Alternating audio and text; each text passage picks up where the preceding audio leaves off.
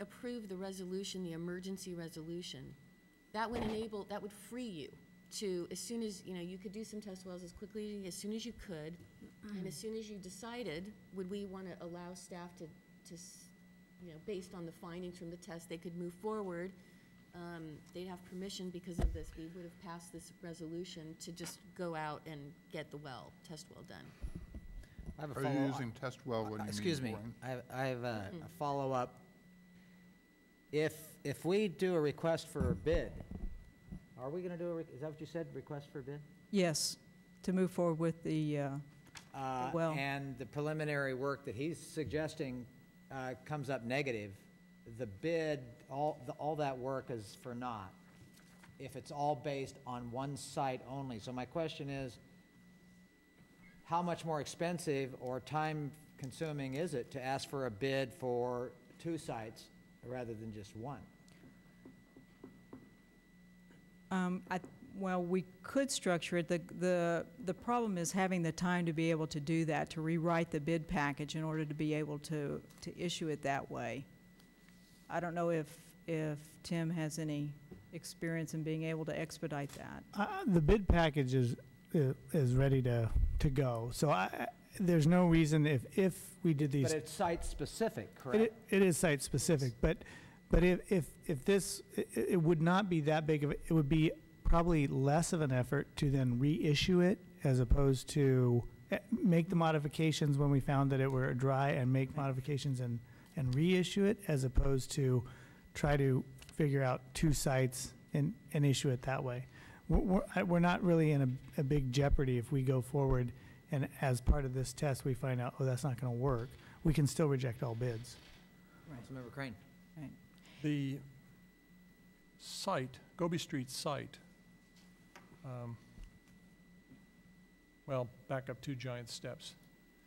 We had a meeting with City Manager Chambers, yourself, a couple of representatives from Tabor, geotechnical company, and spoke specifically about the techniques that could be used for this sort of thing. My recollection is when we asked the question, what sort of costs are involved for this sort of preliminary exploration, we were told that it was thousands of dollars per hole, not tens of thousands of dollars per hole, depending upon how much logging we wanted done, what arrangements were made for logging. I wanted to bring that up because Mr. Erickson spoke to, say, another $50,000. It's my sense that we could have multiple preliminary findings, preliminary sites for $50,000. I'm not necessarily advocating $50,000. I want to point out that what I am suggesting should cost substantially less than that and give us a bit more certainty for the next step.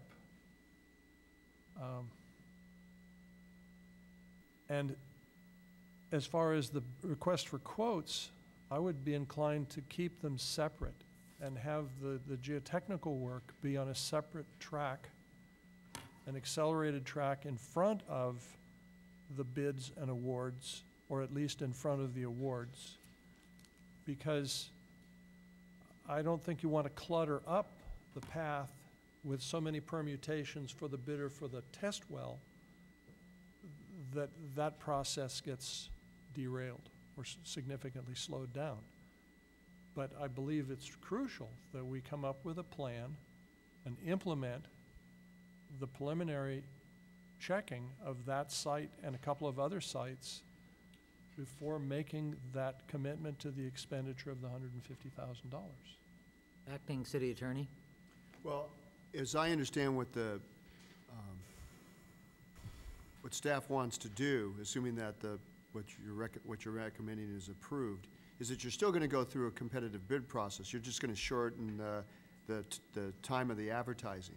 So I just want to make sure that everybody understands that what the resolution does and what the law allows you to do is not go through a competitive bid process at all. So if push comes to shove and you've got to take action, you can always go it may cost a little bit more because theoretically competitive bid process, you get a better price, but what the resolution will do will allow you to go directly in contract for the services without going through any kind of competitive bid process at all. And that may buy staff some more time. Right, and if it comes down to that, but that wouldn't be my first choice. If we have time, I think it's Understood. better If to you do don't the have time- competitive, right, I understand, but if we do have time, you know, even a shortened, in my opinion, competitive bid process is in the best interest of the city rather than not being able to do that, being in that situation where you can't do that. And what I have been told by the consulting company that we've been working with that did the well siting study is that 10 days is more than enough time for a drilling company to review the specification and give a bid. So, you know, what's required under the code is 30 days, and that's what is going to really impact the schedule, is if we have to, you know, abide by that 30-day noticing rather than a 10-day noticing. I would also, Thomas? Oh, excuse me. I'd like to ask the city attorney, since we're on this, if this resolution also would cover procurement process for the kind of testing that we're talking about. Well, again, my response to that is, as I understand it, the procurement process that what Councilman Crane is talking about would be less than $100,000 anyway. And under the Public Contracts Code, you don't have to competitively bid a project that's under $100,000. Okay, that makes sense.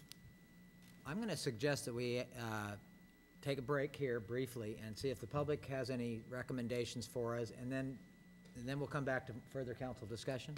Is that okay?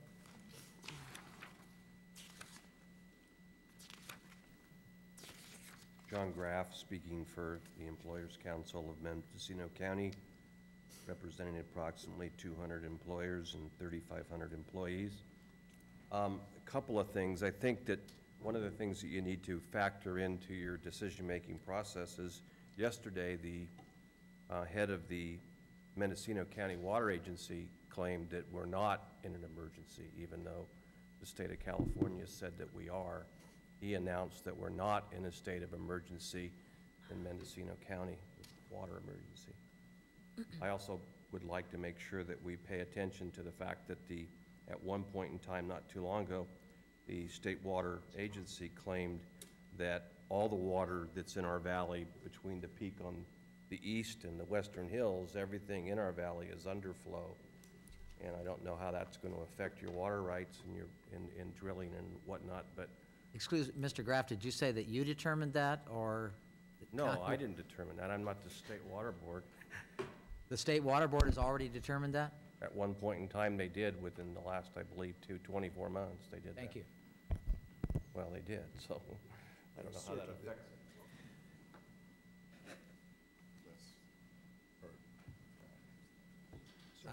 Do you have a comment? Just quick, just so you know, until the state, any agency can take a position, but what determines water rights is a general stream adjudication. Until a court of competent jurisdiction enters a non-appealable judgment determining the water rights on the Russian River, state agencies can take whatever position they want. John McCown, City of Ukiah. I think the course of action suggested by Councilmember Crane is prudent. And on the issue of the groundwater versus, the percolated groundwater versus underflow, I think the state certainly has been moving in the direction of claiming that all water is underflow. I believe they did issue a letter to that effect to the Hopland Public Utilities District, essentially declaring that the entire Sunel Valley constituted a known channel. So any alluvial plain, any valley would become a known channel. And that's just something that's going to have to be wrestled with going forward. The point is whether you succeed in tapping into what can be described as percolated groundwater, or whether it's underflow, you still need that well. So the ideal would be percolated groundwater, but there is a need for an additional well tapping into any source of water. Thank you. Further